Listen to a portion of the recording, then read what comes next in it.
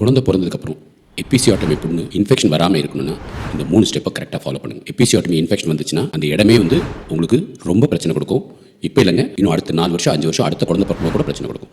So first and foremost thing, ஒன்று shave பண்ணாதீங்க. Shave பண்ணிங்கன்னா அந்த இடத்துல கட்டாயம் இன்ஃபெக்ஷன் வரும். 2வது, தேவையில்லாத ஆன்டிபயோட்டிக்ஸ், உடம்புக்கு எதிர்ப்பு சக்தி குறைக்கிற மாதிரி உள்ள ஆன்டிபயோட்டிக்ஸ் சாப்பிடாதீங்க. 3வது, எபிசியோட்டமி போட்ட இடம் எங்கெங்கெல்லாம் உங்களுக்கு பிரசவ பாதையில் தையல் போட்டிருக்காங்களோ அதை முடிஞ்சளவு ட்ரையாக வச்சுக்கோங்க. ட்ரையாக வச்சுக்கணும்னா எப்போ பார்த்தாலும் டெட்டால் தண்ணி, சாவலான் இந்த மாதிரி தவறான ஒரு சொல்யூஷன் போட்டு வாஷ் பண்ணாதீங்க. நார்மல் வீட்டில் இருக்கிற சுத்தமான தண்ணியை வச்சு வாஷ் பண்ணிட்டு துண்டை வச்சு லைட்டாக தொடச்சி எடுத்துட்டு க்ளீனாக வச்சுக்கோங்க. ட்ரையாக இல்லைனா கொஞ்ச நேரம் ஃபேன் கூட போட்டுட்டு ட்ரையாக வச்சுக்கோங்க. இன்ஃபெக்ஷன் வந்து ஈரமான இடத்துல தான் ஜாஸ்தி வரும். ஸோ தண்ணி ஊற்றி சோப்பு போட்டு கழுவி இன்ஃபெக்ஷன் வந்துட்டு கஷ்டப்படாதீங்க. ஃபர்ஸ்ட் அண்ட் ஃபார்மோஸ்ட் திங், ட்ரையாக இருக்கணும். தேவையில்லாத ஆன்டிபயோட்டிக்ஸ் தேவையில்லை. தயிர், மோர் இல்லை பழைய சாத தண்ணி, ப்ரோபயோட்டிக்ஸ் அதை சேர்த்துக்கணும். இது இருந்தாலே எபிசியோட்டமியோ இல்லை பிரசவ பாதையில் இருக்கிற எந்த ஒரு இன்ஃபெக்ஷனும் உடனே குணமாயிரும்.